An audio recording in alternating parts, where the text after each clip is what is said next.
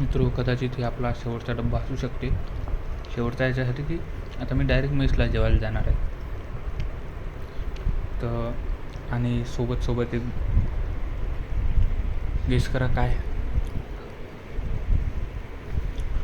मी चाललो आहे रूम सोडून.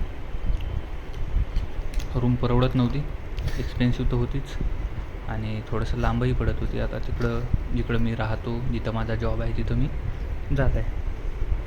थोडंसं सोडूही वाटत नव्हतं मला ही रूम, पण आता तिकडं थोडंसं काही गोष्टी ज्या फायद्यासाठी सोडावं लागली. बघू आता तिथं गेल्यावर आपल्याला करमते नाही करमत. काही दिवस तर असेच जाणार आहेत माझे.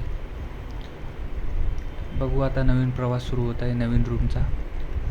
भेटूया नवीन ब्लॉगमध्ये. जेवण चांगलं आहे आजचं, पण